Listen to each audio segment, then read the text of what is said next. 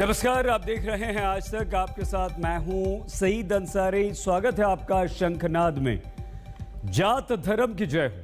जी हां, हमने अपने शो का यह नाम इसलिए दिया है क्योंकि इस एक वाक्य में उत्तर प्रदेश की राजनीति घूम रही है। चुनाव की सुगबुगाहट के बीच बीजेपी ने दलित राजनीति का शिलान्यास कर दिया है। बीजेपी ये बताने की कोशिश में है कि दलितों की हितैषी वही है, लेकिन बीजेपी की राजनीति ने उन राहों में रोड़ा अटका दिया जो वर्षों से खुद को दलितों का मसीहा बताते हुए नहीं थकते थे। अब उत्तर प्रदेश में दलितों के नाम पर संग्राम है।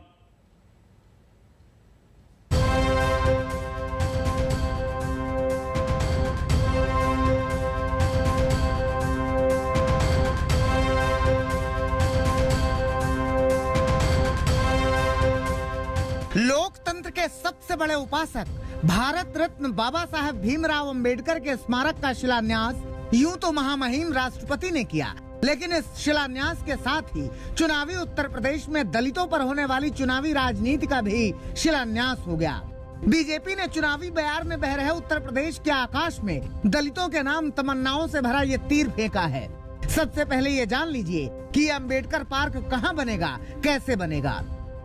लखनऊ में ऐशबाग ईदगाह के सामने अम्बेडकर पार्क बनेगा। पार्क में अम्बेडकर की 25 फीट ऊंची प्रतिमा लगाई जाएगी। 5493.52 वर्ग मीटर में पार्क और सांस्कृतिक केंद्र बनेगा। बीजेपी का ये दलित दांव हमेशा से दलितों की राजनीति करने वाली मायावती को चुभ गया। मायावती ने ट्वीट किया, बाबा साहेब डॉक्टर भीमराव अंबेडकर व उनके करोड़ों शोषित पीड़ित अनुयायियों का सत्ता के लगभग पूरे समय उपेक्षा व उत्पीड़न करते रहने के बाद अब विधानसभा चुनाव के नजदीक यूपी भाजपा सरकार द्वारा बाबा साहब के नाम पर सांस्कृतिक केंद्र का शिलान्यास करना, यह सब नाटकबाजी नहीं तो और क्या है।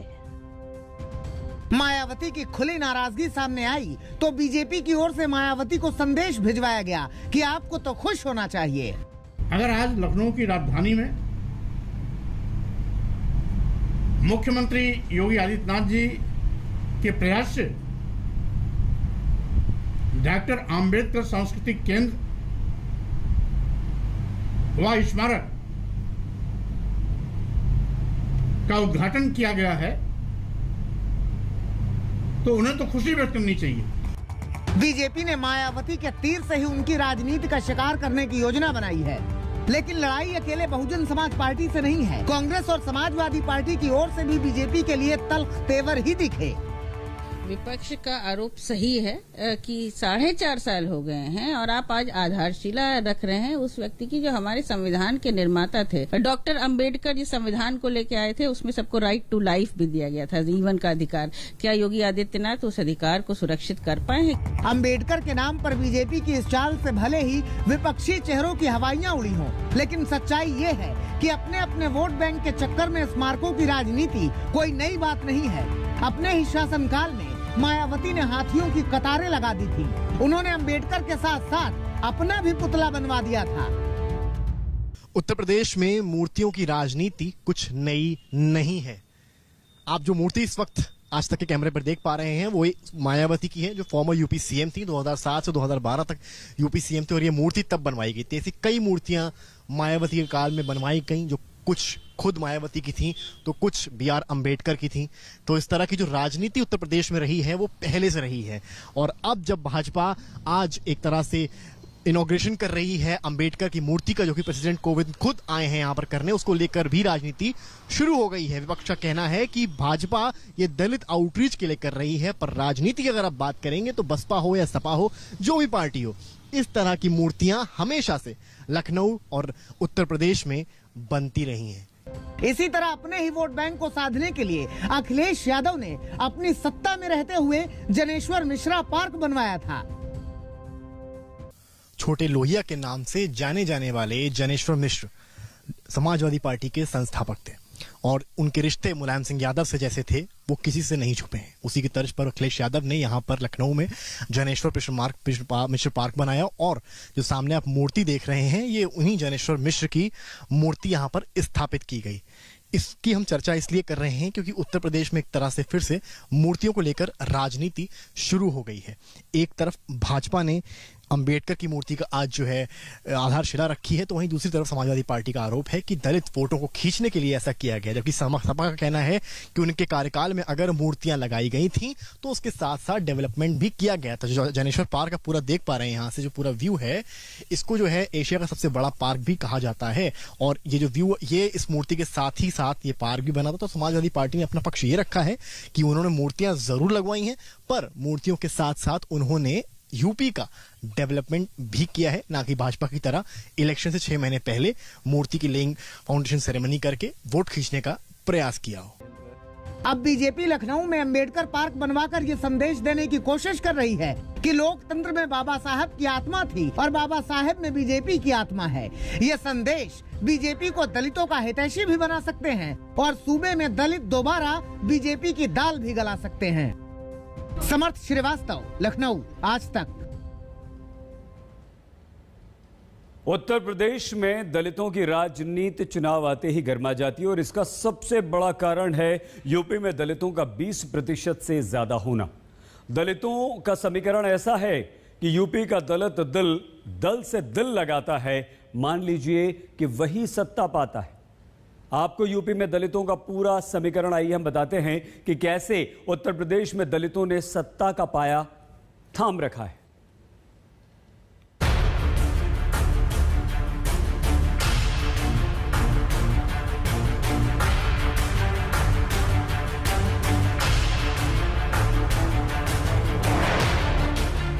उत्तर प्रदेश में जितनी पुरानी भारतीय राजनीति है, उससे कहीं ज्यादा पुरानी दलितों पर होने वाली सियासत है। या यूं कहिए कि जब चुनावी समर शंख फूंका जाता है तो पता नहीं कहां से मुद्दे में दलित आ जाता है। तो चुनावी उत्तर प्रदेश में दलित के नाम पर होने वाली राजनीति शुरू हो गई है। तो चलिए समझिए इस दलितों के गणित को कि हर चुनाव से पहले ये पार्टियों को प्यारे क्यों लगने लगते हैं। उत्तर प्रदेश में 20.7% दलित आबादी है। 20 करोड़ आबादी वाले उत्तर प्रदेश में 4 करोड़ 14 लाख दलित हैं। ये संख्या इतनी है कि अगर आधे दलित भी किसी एक दल का शिरा थाम लें तो उसे सत्ता के सिंहासन पर बिठा सकते हैं। इसीलिए दलितों के नाम पर झंडा बरदारी करने वालों की लाइनें लगी रहती हैं। काशीराम ने अपने आप को सूबे में दलितों का सबसे बड़ा नेता बनाया था और उन्हीं की विरासत वाली सियासत मायावती ने शुरू की। लेकिन 2014 के बाद से समय ने ऐसा चक्र चलाया कि दलितों पर होने वाली राजनीति की दिशा बदल गई। 2014 के लोकसभा चुनाव में जाटों को छोड़कर अन्य दलितों में 45% ने बीजेपी पर भरोसा जताया, जबकि बीएसपी को 30% और समाजवादी पार्टी के हिस्से सिर्फ 11% वोट आए थे। ये सीधे सीधे मायावती के लिए करारा झटका था, क्योंकि मायावती की पूरी राजनीति ही दलितों के इर्द गिर्द घूमती रही है। लेकिन उनके लिए इससे भी भयानक झटका इंतजार कर रहा था। 403 विधानसभा सीटों वाले यूपी में 84 सीटों पर दलितों का प्रभाव है और 2017 में बीजेपी ने इन 84 सीटों में से 70 सीटें जीत ली। इस जीत ने बता दिया कि दलितों ने अपने राजनीतिक भगवान बदल दिए हैं। बीएसपी के प्रति दलितों का अलगाव बीजेपी को रोज का रोज मजबूत ही बनाता गया और वो समय भी आया जब 2019 के लोकसभा चुनाव में जाटों को छोड़कर अन्य दलितों में 48% ने बीजेपी को वोट दे दिया, जबकि महागठबंधन के हिस्से सिर्फ 42% वोट आए। यानी कह सकते हैं कि कहने के लिए भले ही यूपी में दलितों की पार्टी कही जाने वाली बीएसपी हो, भीम आर्मी हो, रिपब्लिकन पार्टी ऑफ इंडिया हो या एलजेपी हो, फिलहाल दलितों का प्रेम बीजेपी पर बरस रहा है और इसी बरसात को बनाए रखने के लिए बीजेपी हर वो चुनावी दांव चल रही है जो यूपी में उसकी वापसी की राह आसान कर सके। आज तक ब्यूरो। तो जाति का मामला आपने यूपी में देख लिया और अब बात धर्म की। धर्मांतरण का मुद्दा हमारे पूरे देश में छाया हुआ है। यूपी से उठी धर्मांतरण की आग देश के कई हिस्सों में धधक रही है, लेकिन इस धर्मांतरण के मुद्दे को बीजेपी सांसद रवि किशन ने और गर्मा दिया है। रवि किशन ने यह कहा है कि धर्मांतरण एक तरह का आतंकवाद है, हिंदुओं को जड़ से खत्म करने की ये इंटरनेशनल साजिश है।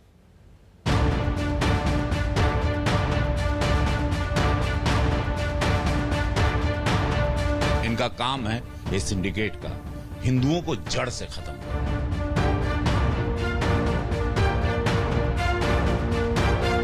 अब इस तरह से देश को जड़ों से खत्म करना है कि इस जात को खत्म कर दिया जाए जिसका नाम हिंदू है।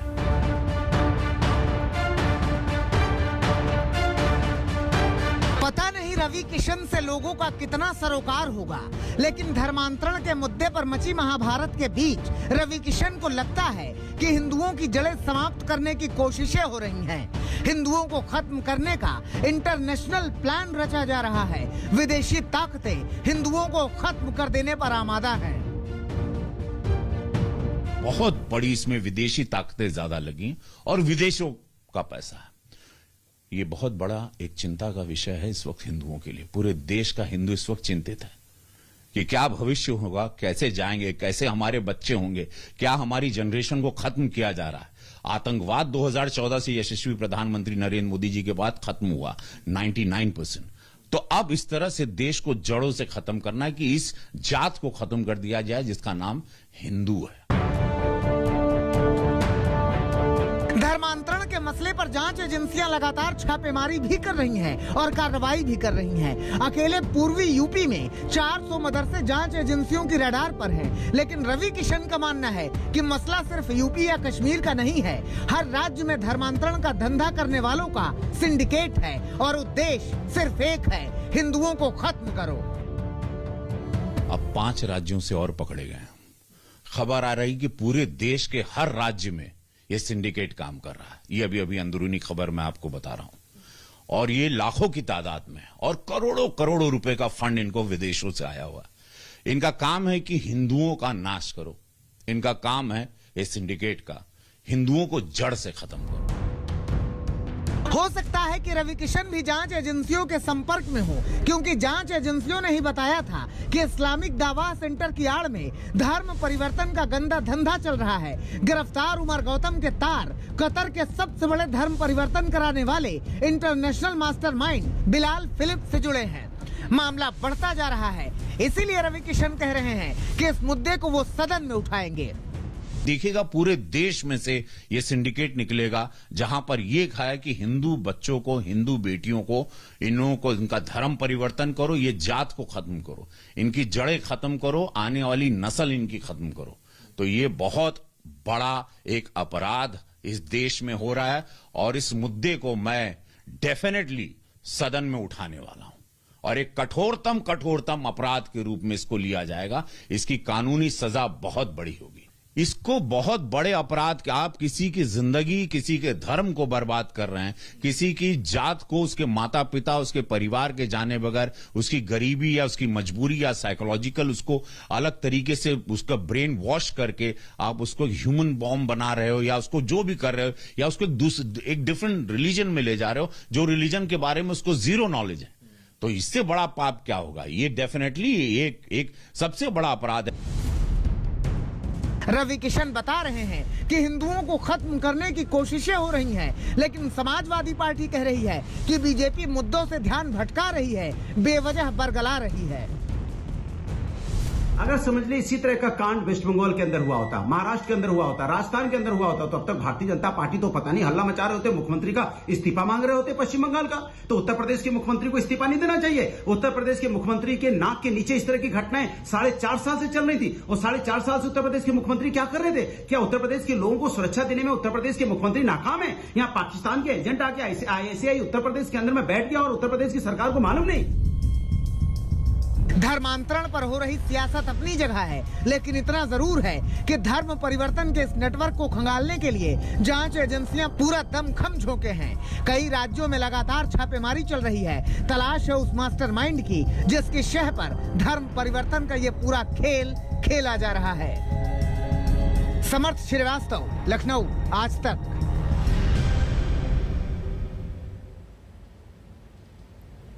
राजनीति में एक ही सत्य होता है, जीत किसी भी कीमत पर। और इसीलिए राजनेता जीत के लिए तरह तरह की चालें चलते हैं। ऐसी एक चाल आज दिल्ली के मुख्यमंत्री अरविंद केजरीवाल ने चल दी।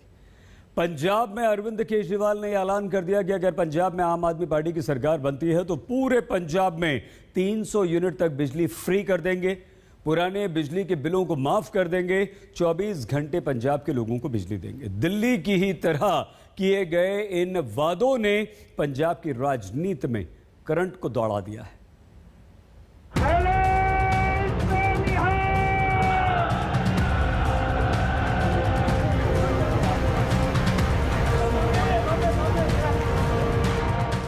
बिजली पानी के जरिए अरविंद केजरीवाल दिल्ली की सत्ता में आए। बिजली पानी के जरिए अरविंद केजरीवाल ने दिल्ली में जीत के रिकॉर्ड बनाए।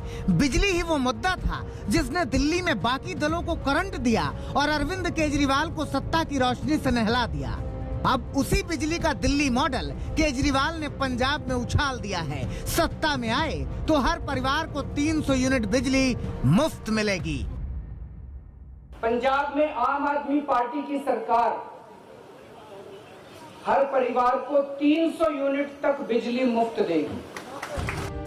अरविंद केजरीवाल ने फ्री बिजली देने के लिए वादों का तार तो बिछाया ही, साथ ही उस दुखती रग पर हाथ रख दिया जिसकी तड़प मध्यवर्गीय परिवार का मुखिया हर महीने भोगता है। बहुत सारे लोग हैं जिनके अनाप शनाप गलत बिल आए हैं। एक आदमी, गरीब आदमी जिसके घर में एक पंखा, 2 बल्ब हैं, उसका 50,900 रुपए का बिल कैसे आ सकता है? नहीं आ सकता। बिल गलत है, जानबूझ के गलत बिल भेजे जाते हैं। फिर वो बेचारा ठीक कराने जाता है तो कहते हैं इतने पैसे दे दो, तेरा बिल ठीक कर दूंगा। करते नहीं करते हैं। जितने पुराने बिल हैं डोमेस्टिक के, जितने पुराने बिल हैं सारे माफ किए जाएंगे। जिन जिन लोगों के पुराने पेंडिंग बकाया बिल हैं, एरियर हैं डोमेस्टिक के, सारे माफ किए जाएंगे। 24 घंटे बिजली पाना 21वीं सदी की सबसे बड़ी उपलब्धियों में से एक होनी चाहिए। इस सपने को पंजाब में साकार करने वाला वादा भी अरविंद केजरीवाल ने कर दिया। पंजाब में सरप्लस बिजली मिलती है। पंजाब में ज्यादा बिजली उत्पादन होता है, कम खपत है। उसके बावजूद भी बिजली कट लगते हैं इतने बड़े बड़े। कई कई घंटों तक बिजली नहीं आती। खेती के लिए बिजली नहीं मिलती। 24 घंटे बिजली दी जाएगी। जैसे दिल्ली के अंदर हमने 24 घंटे बिजली दी, ऐसे ही पंजाब के अंदर भी 24 घंटे बिजली दी जाएगी। अरविंद केजरीवाल ने तो वादा कर दिया, लेकिन उनका ये वादा अकाली दल को झूठा और फरेबी लगता है। पंजाब की एक कहावत है कि अगर झूठ का हलवा बनाना हो तो कोई कमी नहीं रहनी चाहिए। इस किस्म का जुमला पहले प्रशांत किशोर जी कर चुके हैं, जो अभी कैप्टन अमरिंदर जी को रोजाना उनके एमएलए गुहार लगाते हैं। अब उनके हाई कमांड ने 18 पॉइंट्स उनको पूरे करने के लिए कहे हैं, जो ना वो पूरे कर पाएंगे। केजरीवाल जी का ये टोटल जो ऑफर है ये इम्प्रैक्टिकल है, झूठ है। पंजाब में करीब 96 लाख बिजली उपभोक्ता हैं और 2017 के चुनाव में बिजली एक बड़ा मुद्दा थी। बिजली के ही मुद्दे पर अरविंद केजरीवाल को दिल्ली में सत्ता का स्वाद पहले ही मिल चुका है, लिहाजा वो वादों की अगवानी करने लगे हैं। उनका ये मुद्दा पंजाब के लोगों को कितना पसंद आएगा ये तो समय बताएगा, लेकिन इतना जरूर है कि आम आदमी पार्टी ने पंजाब के आगामी चुनाव के लिए पूरा दम लगाना शुरू कर दिया है। आज तक ब्यूरो। और अब खबर पटना में हुए लाठीचार्ज की। पटना में आज उस समय हंगामा हो गया जब शिक्षक पात्रता के उम्मीदवार शिक्षा मंत्री का घेराव करने पहुंचे। शिक्षा मंत्री के खिलाफ विरोध प्रदर्शन और हंगामा करने पर पुलिस ने छात्रों पर जमकर लाठियां चला दी। प्रदर्शनकारियों को पकड़ने की कोशिश में सड़क पर गिर गए सिटी मजिस्ट्रेट। दरअसल छात्र बिहार शिक्षा बोर्ड की तरफ से बनाई गई मेरिट लिस्ट का विरोध कर रहे थे। ये सिटी मजिस्ट्रेट है जिन्हें आप गिरा हुआ देख रहे हैं। एक छात्र को पकड़ने के चक्कर में वो सड़क पर गिर पड़े, उनके पैर में चोट भी लगी।